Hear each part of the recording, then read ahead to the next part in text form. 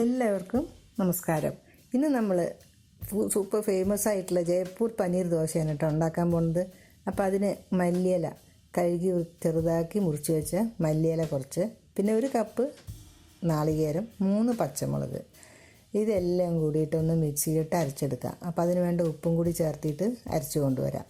പിന്നീട് പനീർ, അത് ഒരു 250 ഗ്രാം പനീർ മിക്സിയിലൊന്ന് പൊടിച്ചെടുത്തിട്ടുണ്ട്. പിന്നെ നമ്മൾ ഒരു സവാള ചെറുതാക്കി മുറിച്ചത് അതും കൂടി ചേർത്തിട്ട് ഒന്ന് നന്നായിട്ട് യോജിപ്പിച്ചെടുക്കണം.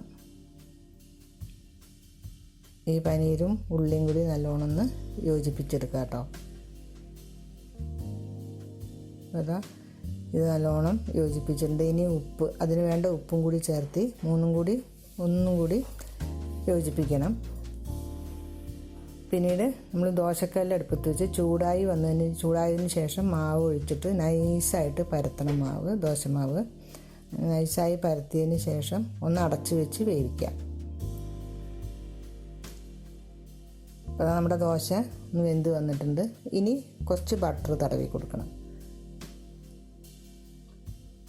പിന്നീട് നമ്മൾ അരച്ച് വെച്ചിരിക്കുന്ന മല്ലിയില, നാളികേരം, പച്ചമുളക്, ഇത് 3 കൂടി അരച്ച് വെച്ച പേസ്റ്റ് ഉണ്ടല്ലോ, അത് മേലെ തടവി കൊടുക്കണം.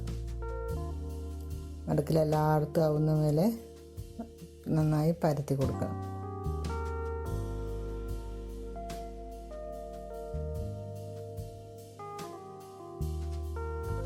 ഇത് ചെറിയ കുട്ടികൾക്കും എല്ലാവർക്കും, അപ്പോൾ കുട്ടികൾക്കൊക്കെ ആണെങ്കിൽ എരിവ് അതിനനുസരിച്ച് ചേർത്ത് കൊടുത്താൽ മതി കേട്ടോ. മുളക് എല്ലാവർക്കും ഒരുപോലെ ഇഷ്ടപ്പെടുന്ന ഒരു ദോശയാണ്. പിന്നീട് നമ്മൾ പനീർ, ഉള്ളിയും കൂടി മിക്സ് ചെയ്ത് ഉപ്പും ചേർത്ത് മിക്സ് ചെയ്ത് മിശ്രിതം മേലെ വിതറി കൊടുക്കുക. അപ്പം അതും നന്നായി വിതറി കൊടുത്തിട്ടുണ്ട്. ഇനി ഒന്ന് വെന്തതിന് ശേഷം മടക്കി വെച്ച് ചൂടിൽ തന്നെ നന്നായി പനീരൊക്കെ വെന്തോളും. അപ്പോൾ നമ്മുടെ സൂപ്പർ ടേസ്റ്റി ആയിട്ടുള്ള, കുട്ടികളും വലിയവരും എല്ലാവരും ഒരേപോലെ ഇഷ്ടപ്പെടുന്ന പ്രോട്ടീൻ റിച്ച് ആയിട്ടുള്ള നമ്മുടെ പനീർ ജയ്പൂർ ദോശ തയ്യാർ. എല്ലാവരും ഉണ്ടാക്കി നോക്കി ഫീഡ്ബാക്ക് അറിയിക്കണേ.